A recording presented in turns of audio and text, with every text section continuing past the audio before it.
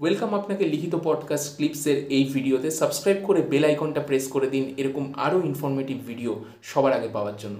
ধন্যবাদ। তো সেক্ষেত্রে মানে ফার্স্ট ক্র্যাক হলো কোন এক্সাম? ফার্স্ট হয়েছিল SSC CHSL, postal assistant selection হয়েছিল। আচ্ছা, ছিল ফার্স্ট আমার মানে পিএ পিএ ওই যে পিএ মানে খুব পিএ প্রচলিত। যেটা, হ্যাঁ হ্যাঁ পিএ, হ্যাঁ। অসাধারণ। এটা ছিল কোথায়? 2000, ওটা হয়েছিল মুম্বাই, মহারাষ্ট্র।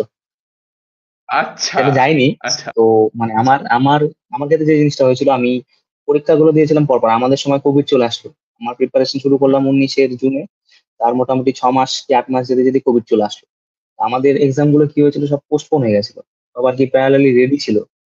কোভিড হুম, যখনই একটু হালকা হলো, শিথিল হলো, তারপর থেকে এক্সাম গুলো পরপর হওয়া শুরু করলো। তো আমার এরকম হুম। হচ্ছিল 1 বছর শুধু এক্সামে দিয়ে গেছি।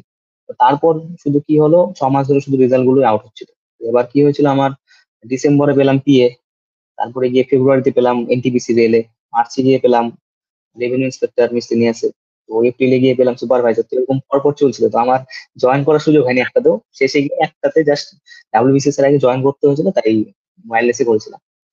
এই ছিল আর কি। 6 মাসের মধ্যে আর কি রেজাল্ট বেরোচ্ছিল।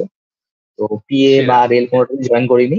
মিসলেনিয়াসে জয়েন করে ফেলবো আর কি, ভেরিফিকেশনও করা হয়েছিল। সেই মুহূর্তে ভেরিফিকেশন করে আসার পরে, কলকাতা থেকে ভেরিফিকেশন করে আসলাম, আর 2 দিন পরে আমার ওয়্যারলেসের রেজাল্টটা বেরোলো। তারপরে গিয়ে আমি মাইন্ড চেঞ্জ করে ওয়্যারলেসে জয়েন করলাম। অসাধারণ।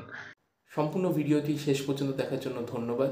এবং যদি ভিডিওটি ভালো লেগে থাকে তাহলে একটা লাইক করে দিন এবং সাবস্ক্রাইব করে দিন, যাতে এরকম আরও ভিডিও আপনি সবার আগে পেতে পারেন।